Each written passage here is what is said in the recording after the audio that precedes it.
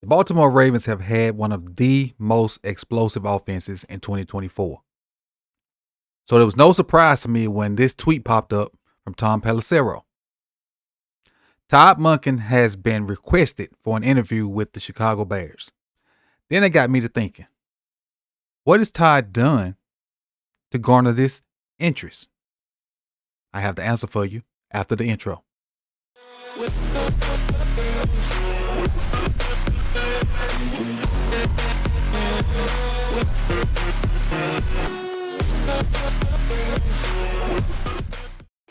Welcome back, and I'll start this off with a little story. And if you've been a follower of the channel for a while, you've probably heard this story before. But way long time ago, when Todd Monken was the receivers coach at LSU, I had the pleasure of sitting down with Todd for about an hour. Well, I was actually more than an hour. It was about an hour and 45 minutes. 45 minutes. The first 45 minutes, he was meeting with his receivers, talking about what they were going to do in practice and going over game film. The next hour after that, it was kind of a one-on-one with him and I talking X's and O's. And I followed his career since then because he was one of the college coaches that didn't, for lack of a better word, shit on me as a high school coach, and actually followed up, sending me some stuff to put an exclamation point on the stuff that we talked about in his office. So I've always followed Todd, and for him to come to the Ravens, that was, I liked it. And over the past couple of years, here are the reasons why I think he's being mentioned as a head coach in the NFL, because we know the NFL now is, you have some good defenses, but it's an offensive league and it's an analytical league, and you really just got to have guys that can mature and grow your quarterback so you can have a good football team. So I mentioned the NFL being an analytical league, and a lot of teams have designated analytics teams or guys to kind of help them make decisions about what they're going to do on the field. And it all goes back to what I learned in school, make data-driven decisions, and that's what the analytics are. But this is one, DVOA, that kind of is head and shoulders above some of the other ones. And for those that don't know, DVOA stands for Defense Adjusted Value Over Average. Even though the word defense is in it, that doesn't necessarily mean it's a defensive stat. Just because the word defense is in it, don't mean that is a defensive stat. So get that out of your mind. It's a metric used to evaluate the performance of NFL teams, players, or units. The DVOA is an advanced analytic that compares each play in a season to the league average, taking into account the quality of the opponent and the game situation. Because back in the past, and when I was growing up, you just had random stats out there, and it didn't quantify if you were playing the worst team in the league or the best team. This kind of puts everybody on a level playing field and gives you real numbers. Here are some ways DVOA can be different. Here are some ways DVOA is different from traditional stats. It adjusts for game situations. 2-minute drill, taking a knee, trying to run the clock out, things like that, different game situations. That's this stat or this analytic kind of factors that in. Adjust for the quality of the opponent. And I just mentioned it. Whether if you're playing the Ravens and you have a good game, that's not the same if you have a good game versus the New England Patriots. It don't match up. Breaks down the performance depending on the player.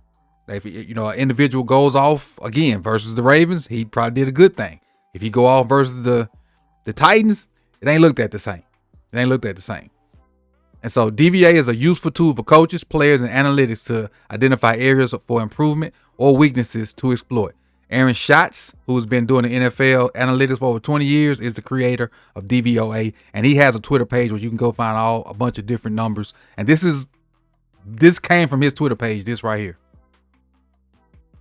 It says best offensive DVOA starting at 1978, when I was a huge 1-year-old, up until this year. The fourth best team since 1978, since I've been walking this earth, is the Baltimore Ravens this year. 35.1%. I'm going to repeat that. The fourth best team since I've been walking this earth. And if you haven't had your birthday yet, since you've been walking this earth, the Baltimore Ravens this year. We were 12-5 with a DVOA of 35.1%. Reason number one, people are probably asking, hey, but what's up with Todd Monken? Hey, let's kick the tires on Todd, see what he can do for us. Reason number two, as a coach, when your players have success, it helps the coach. And whether how you feel about Todd or whatever, his offensive players have had success. So that's a reflection of him. It goes on his resume as well. So reason number two, and this comes from PFF, and no matter how you feel about PFF, Derrick Henry wins the Best Runner award. Now, he didn't lead the league in rushing, but he won the Best Runner award. Probably thinking, how did Derrick Henry win the Best Runner award? And Saquon Barkley had over 2,000 yards in one less game. Well, according to PFF, Henry surpassed Saquon Barkley in several areas.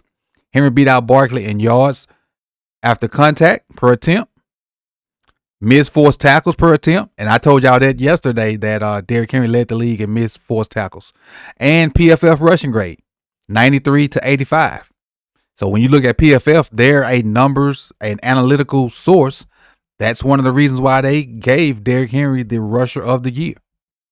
Hence, goes back, Todd Monken can put this on his resume. Hey, I have the rusher of the year. And then I can say, these are the reasons why.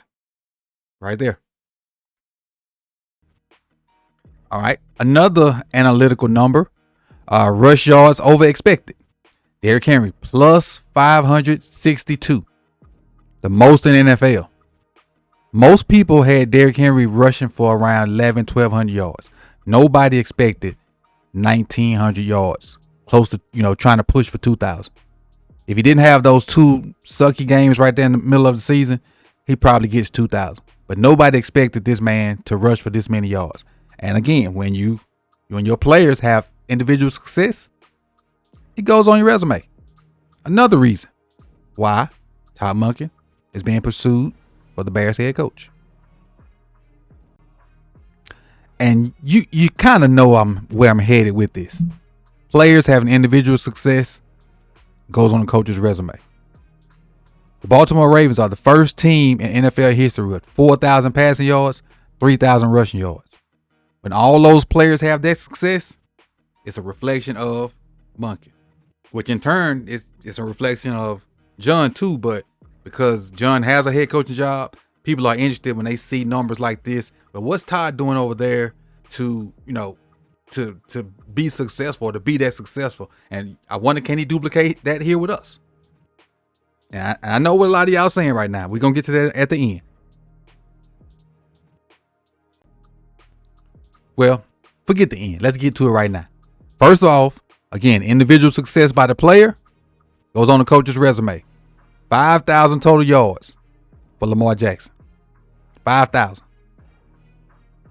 Over 4,000 passing. And enough over 900 rush.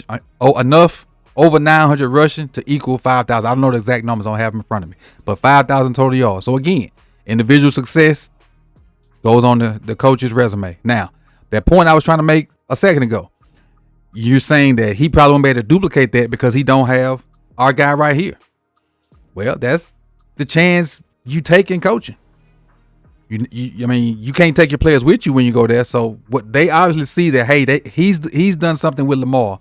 And maybe if he can put a half of that into Caleb, we might have something here. So that's the process. And I know you're saying like he ain't have Lamar, he can't do that with Lamar, and the O-line sucks. Well, once you go in there, normally you'll have more than 1 year. And I think they got enough assets that maybe they can try to fix the O-line. But they got the skill position in Chicago is fine. They got to fix the quarterback and the O-line. And can Todd do that? Maybe. But this is another reason why people are, and the Bears won't be the only one, but why they want to interview Todd and kind of see where his head's at. I'll end with some real-time stats. And everybody can go find this. Y'all know where to find it if you recognize the font and stuff like that. Number one, offense. Yards per game, Baltimore Ravens, number 1. Another reason. Let's go over to points per game, number 3. Number 3 in points per game. Passing yards per game, down to number 7, behind me, number 7. But still, that's good for the NFL. See if I can scroll over. Rushing yards per game, Baltimore Ravens. Move it over a little bit. There we go. Rushing yards per game, Baltimore Ravens, number 1. Who wouldn't look at one of the best offenses and try to inquire about their coordinators? Just think about it. I think both the Bears coordinators are on list. I'm sure somebody from the Eagles may eventually be on that list. The only team that don't seem to lose people is Kansas City. But Matt Nagy's on the list, I've seen here today. Spags is the one that don't want to go no damn well. But again, all these reasons I just outlined to you are reasons why GMs are going to be interested in what Todd Monken can maybe do for their team. So I know, people are thinking, because some people still think Todd Monken sucks. I'm not one of those people. The numbers don't say that. The accolades don't say that. The performance on the field don't say that. Now, at times it may say that. But as a whole, when you look at the whole picture, it don't say that. So these reasons and some others that we probably not privy to know are the reasons why Todd Monken has been requested by the Chicago Bears to be or potentially be their head coach. So if you don't like Todd, you're probably not gonna like this. I like Todd, and I just wanted to outline and show why I think the Bears are going to reach out to him next week, because he can't interview till next week. Win or lose, he can't interview till next week. So they'll get other guys in place this week. He'll come in next week, and if he gets it, fine. We'll just have to figure that next step out, and that next step is probably another video. But if he don't get it, hey, bring him back for another year, and let's run this thing back. All right, so this is Coach Evans with another episode of Sip the Tally Films.